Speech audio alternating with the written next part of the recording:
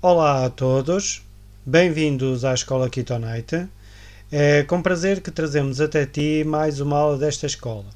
Como tu podes ver, vamos já na nossa aula número 14 desta minha segunda teoria, que tem como título 8 Yaven, que tenta explicar um pouco do capítulo 17 de Apocalipse.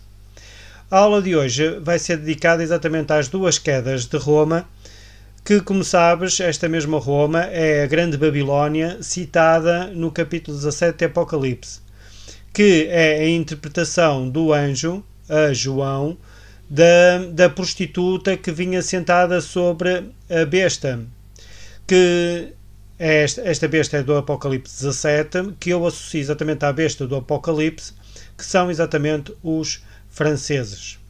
Nesta imagem lindíssima, que tu podes ver aqui, refere-se exatamente à entrada dos franceses em Roma, portanto no ano de 1798, onde eles proclamaram a República Romana em 15 de fevereiro de 1798, quando Berthier, um general de Napoleão, invadiu esta mesma cidade de Roma a 10 de fevereiro. Esta República Romana vai se tornar uma das repúblicas irmãs, neste caso italiana, da França Revolucionária. E neste caso estamos a falar da República Francesa. Como tu podes ver, está tudo interligado, portanto esta França vai exatamente derrubar, não é, esta cidade de Roma, proclamando esta República Romana, que já não tem nada a ver com a Roma, portanto, neste caso, a Grande Babilónia, ok? Já não tem nada a ver, portanto, esta aqui vai ser já uma República Francesa, ou amiga, ou irmã da República Francesa. Como tu podes ver, eu associo exatamente esta Roma à Grande Babilónia, à prostituta do capítulo 17, e aquilo que eu refiro aqui é que ela vai ter duas quedas. Como foi visto no capítulo As Primeiras 6 Cabeças, efetivamente o Império Romano do Ocidente caiu no século V depois de Cristo. E com ele Roma. Obviamente que Roma, como fazia parte do Império Romano do Ocidente, quando este Império Romano do Ocidente cai no século V, Roma cai com ele. É aqui que eu considero o primeiro grande tombo, não é? Como se costuma dizer, desta grande Babilónia, da cidade de Roma. E eu trago-te aqui uma citação de história, simplesmente de história, onde podes ver exatamente esta queda. Foi a 4 de setembro do ano 476 depois de Cristo que um chefe militar de nome Odoacro, à frente de uma coligação de forças militares de origem germânica, portanto os povos bárbaros que conquistaram o Império Romano, já falámos nisso nas nossas aulas, forçou o imperador romano a abdicar do trono e assumiu pessoalmente o poder. Portanto, este trono é o Império Romano do Ocidente, não é o Império Romano do Oriente. E ele não quis ser imperador de Roma, mas sim rei de Itália. Porquê é que ele não podia ser o imperador de Roma? Porque Roma, ou neste caso o Império Romano, ainda existia, não é? E obviamente, como era o Império Romano do Oriente, ele não podia ser o imperador romano, porque o Império Romano ainda existia. Mas que intitulou-se por rei de Itália. Ele vai estar pouco tempo, ok? E vamos ver porque é que vai estar pouco tempo. Há muito que Roma vinha perdendo protagonismo para outra cidade, para outra mulher, conhecida como Constantinopla. Quem era Constantinopla? Era exatamente a capital do Império Romano do Oriente, ok? Que hoje é conhecida como Istambul, na Turquia, ok? Constantinopla. É no século seguinte que a rival lhe dá a mão. Portanto, ela cai no século V, é no século VI que Constantinopla lhe vai dar a mão. Como? Portanto, Justiniano, que era o imperador romano do Oriente, quer conquistar novamente os territórios do Império Romano do Ocidente. E com isto ele vai empreender várias batalhas, não é? Várias invasões deste mesmo Império Romano do Ocidente e vai conquistar bastantes territórios. Okay? E isto, vamos estudar isso na minha quarta teoria. Após a primeira queda, okay, portanto no século V depois de Cristo, Roma vai ressurgir, não das cinzas, porque ela não morre, mas terá novamente uma voz forte na história deste mundo. Okay? Este renascimento está escrito no livro de Daniel, ok? E isto faz parte da minha quarta teoria, ok? Não vamos falar deste renascimento, vamos falar apenas da queda. Da queda, da segunda queda, porque esta primeira é no século V. Vamos ver porque é que é a segunda queda. Por tudo isto, a queda de Roma do capítulo 17 do Apocalipse só pode ser posterior ao século VI depois de Cristo. Portanto, depois das interpretações todas que eu fiz, não é? Esta queda de Roma tem que ser depois do século VI. Ora, se tem que ser depois do século VI, depois de Cristo, como ela caiu no século V, tem que haver duas quedas. Isto é, existe uma segunda queda. Okay? E aqui no meu texto eu tenho assim: mais à frente será analisado um texto de Apocalipse onde estão registadas as duas quedas. Mas eu não vou deixar para a próxima, vai ser mesmo já agora.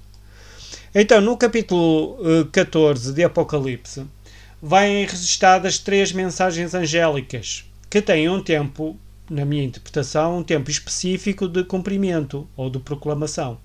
Ok?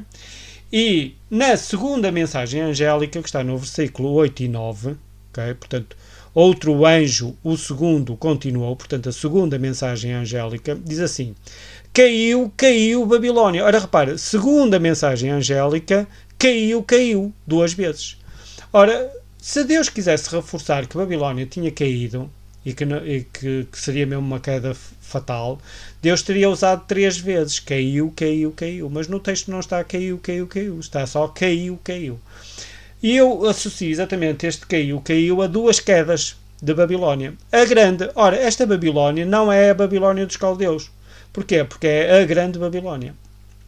E como tu viste em aulas anteriores, eu associei esta grande Babilónia à cidade de Roma. E agora repara, a que embebedou todas as nações com o vinho do seu furor. Ora, como tu viste no capítulo 17 do Apocalipse, ela embebeda todas as nações. Ora, claro, só pode ser exatamente a grande Babilónia do capítulo 17 do Apocalipse. Portanto, porque há aqui uma relação entre os 2 capítulos. Portanto, caiu. Eu associo exatamente estas 2 vezes caiu, exatamente às 2 quedas de Babilónia. Ok? É aí que está exatamente o cumprimento desta profecia.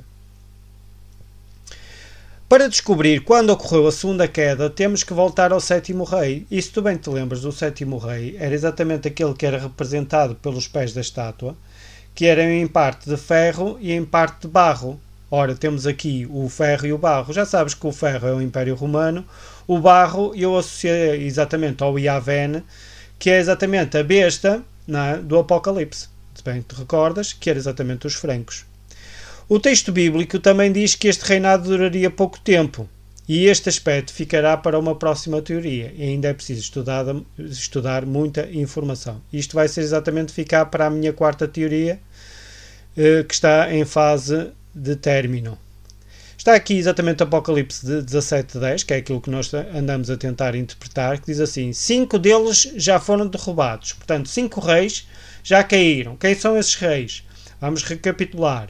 Portanto, é o Egito, a Síria, Babilónia, Medo-Pérsia e Grécia. Portanto, 5 já caíram. No tempo de João, estes 5 impérios já faziam parte do passado. Um existe atualmente. Quem é que estava no poder? É exatamente o Império Romano. E o último ainda estava por vir, mas o seu reinado seria curto. E como tu sabes, e mais uma vez, este 7º reinado é exatamente os pés da estátua, que tem o ferro, romanos, e o barro, que são, para mim, exatamente os francos.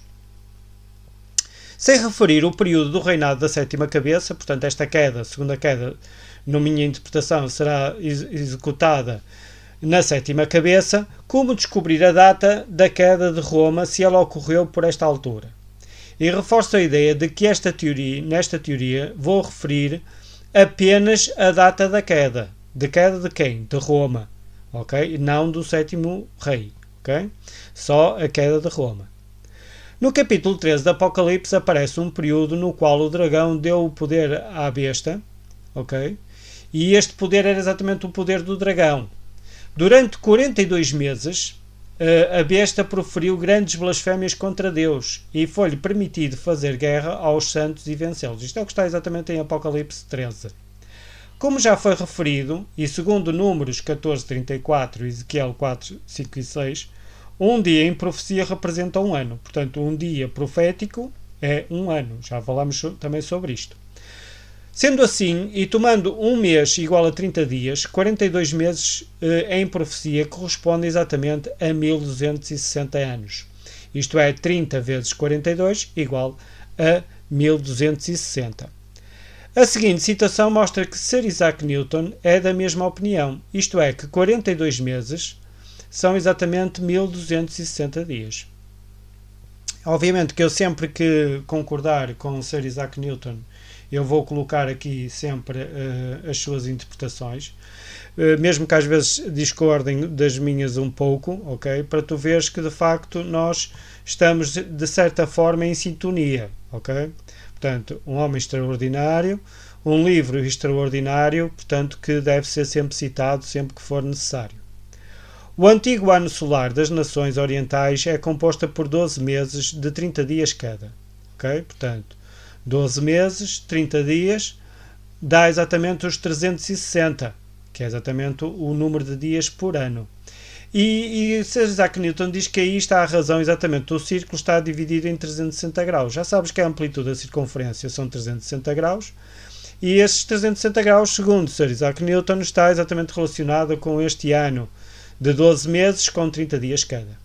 Parece que tal sistema foi usado por Moisés em sua história do dilúvio e por João no Apocalipse, onde, portanto, aqui Sir Isaac Newton também diz que Moisés e João usaram esta mesma notação, ou estas mesmas características de um ano, não é? E, portanto, um tempo, tempos e meio tempo, ou 42 meses, ou ainda 1260 dias, se equivalem, isto é, são equivalentes. Então, para Sir Isaac Newton, 42 meses também correspondem a 1260 dias, e como nós já vimos, um ano em profecia é representado exatamente por um dia, portanto, um dia profético representa um ano, literal. Então, nós temos 1260 dias igual a 1260 anos. 1260 dias proféticos igual a 1260 anos literais. Okay? E esta informação vai ser muito importante. Porquê? Porque somando estes 1260 anos a 486, que foi exatamente o ano em que os historiadores dizem que foi instaurado portanto, o Reino Franco, chegamos exatamente ao ano de 1746 depois de Cristo. Ok? E agora a pergunta que fica no ar é, a partir deste ano, será que houve algum período relevante em que as relações entre o reino dos franceses e Roma não foram as melhores, levando à sua queda? E a resposta é sim, como tu pudeste ver logo no início desta aula, não é? Mas antes de responder esta pergunta, eu gostava de deixar aqui um texto que está exatamente na Wikipédia, um texto histórico, que mostra exatamente o cumprimento do livro da profecia, do capítulo 17 do livro do Apocalipse. Okay? Então diz assim, a tutoria do Império Bizantino sobre Roma e a sua sede pontifícia estava em declínio desde os princípios do século VIII. Portanto, o Império Bizantino também foi perdendo os seus territórios, foi ficando cada vez mais fraco, não é? E obviamente que a relação entre o Império Bizantino e Roma também se foi deteriorando, ok? E aqui já é uma explicação minha. E é por esta altura que aparece outro aliado de Roma. Quem é este aliado de Roma? Exatamente o Reino Franco. Okay? Este Reino Franco vai, por esta altura, século VIII, dar a mão a Roma, okay? À cidade de Roma.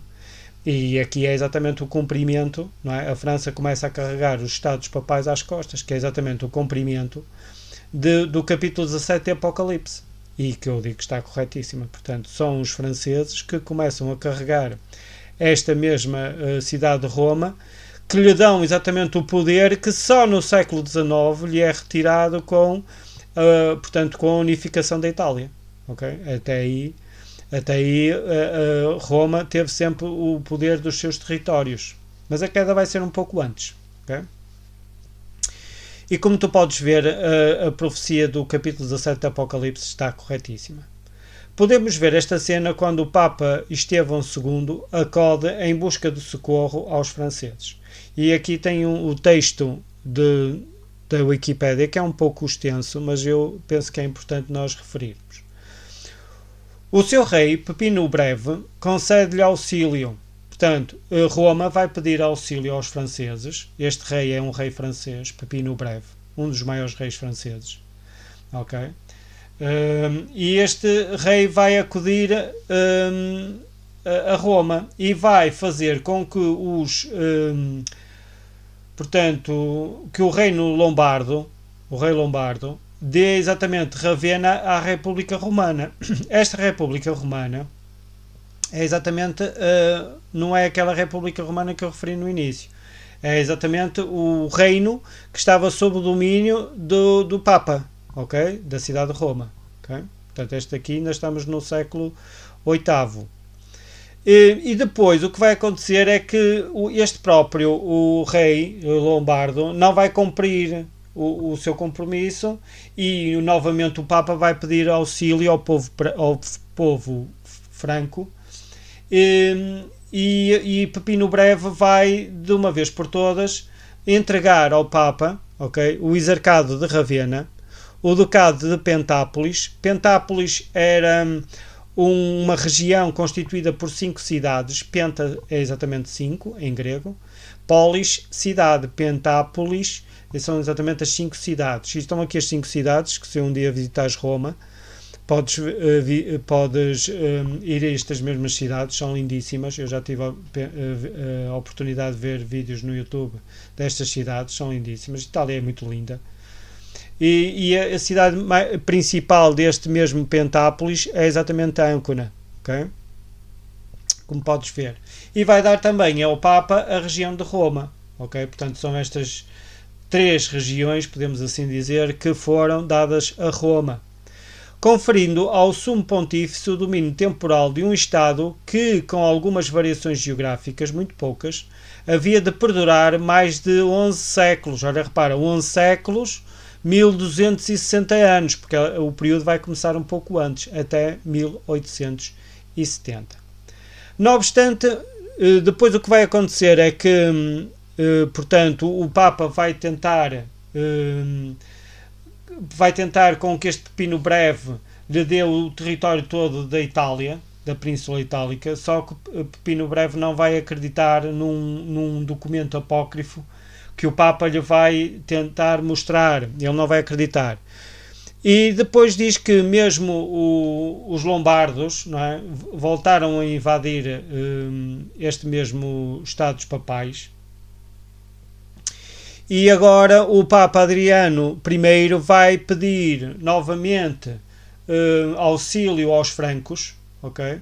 Mas agora quem estava no trono era exatamente o filho de Pepino Breve, Carlos Magno.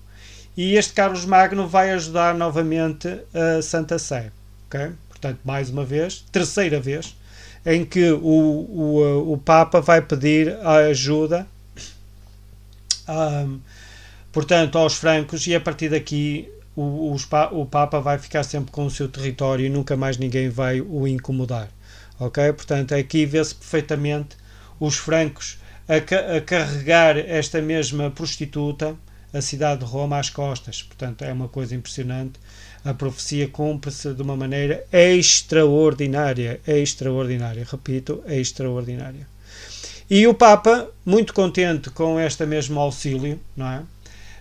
O Papa ficou com a parte central de Itália e, como agradecimento, ele vai coroar este Carlos Magno como imperador romano no ano 800. Ok? Portanto, repara que a própria França vai adquirir para si, portanto, este Império Carolíngio, francês, franco, vai adquirir para si a maior parte das terras do reino do Império Romano do Ocidente, ok? E este Carlos Magno vai ser coroado no ano 800. Eu gostava de fazer apenas aqui um parênteses. Este ano 800. Isaac Newton, o Sr. Isaac Newton, diz que o mundo vai acabar no ano 2060. E porquê é que ele diz que o mundo vai acabar no ano 2060? Porque se somares ao ano 800, 1260 anos, que foi exatamente aquilo que nós vimos até agora, vai bater no ano 2060. O que é certo é que nós estamos muito próximos desse ano e Jesus ainda não voltou. E ele já fez estas profecias há mais de 300 anos, ou aproximadamente 300 anos. Portanto, o que isso quer dizer é que Jesus até pode voltar nessa altura, mas as razões que ele dá, para mim, não estão corretas. Pronto, podemos assim dizer. Eu sempre disse que nunca diria nada se estavam corretas ou não, mas acho que não estão corretas. Porquê?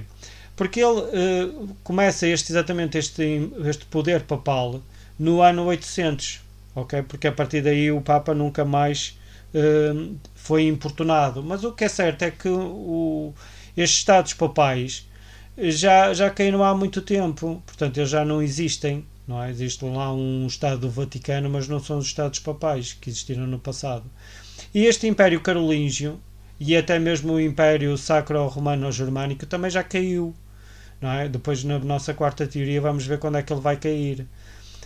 Portanto, isto já não existe. Portanto, isto é, se tinha que durar os 1260 anos, neste momento não existe. Portanto, isto tudo já caiu. Portanto, se havia que haver o cumprimento destes 1260 anos, esses 1260 anos já acabaram. Portanto, já não tem mais poder nenhum, não é? Portanto, portanto, para mim, não é essa a razão que levará este mundo a terminar no ano 2060, que poderá terminar. Não estou a dizer que não poderá, mas não é por essa razão. Ok? Porque todos estes impérios já caíram. Portanto, Roma já caiu, e vamos ver já em que ano é que ela caiu. O Império Romano também já caiu. O Império Sacro-Romano-Germânico também já caiu. Portanto, já caiu tudo. Portanto, não tem mais nada para cair. Ok? Portanto, este poder já terminou. E agora eu digo assim mesmo, com o fim do Império Carolíngio, iniciado por Pino o Breve, a vassalagem dos Estados papais, dominados por Roma, foi dada ao Império Romano, ou ao Império Sacro-Romano-Germânico. Portanto, já falamos sobre isso. Portanto, porquê? Porque este Império de Carlos Magno, o Império Carolíngio, vai se dividir em três. Um deles vai dar origem à França, outro vai dar origem à Alemanha e outro é exatamente aquela parte central que foi conhecido como o Império Sacro-Romano-Germânico, que vai durar durante muitos anos, que vai cair exatamente por esta altura, pelos finais do século XVIII e inícios do século XIX. Ok? Portanto, já é esta a dica. E pode-se ver facilmente que ao longo dos séculos as relações entre os franceses e os Estados papais foram de suporte, não é? Por parte dos franceses, mas também de rivalidade. Portanto, eles também tiveram sempre uma parte rival, portanto nunca foi um carregar uniforme, mas de certa forma foi sempre, porque o próprio Papa teve sempre uma grande influência sobre a França, ok? Obviamente que ao ir sentado sob o dorso da besta, teve sempre uma grande influência sobre o poder francês, mas o poder esteve sempre na besta, está bem? Portanto, a besta é que carregava Roma.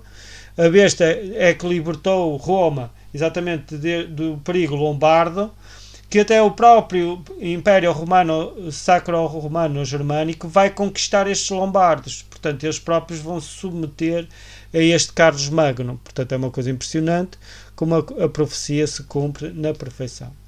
E aquilo que eu te digo é que após o ano 1746, que foi aquele que foi calculado há pouco, existe um período conhecido pelos historiadores e teólogos como o ano em que mudou o mundo, não é?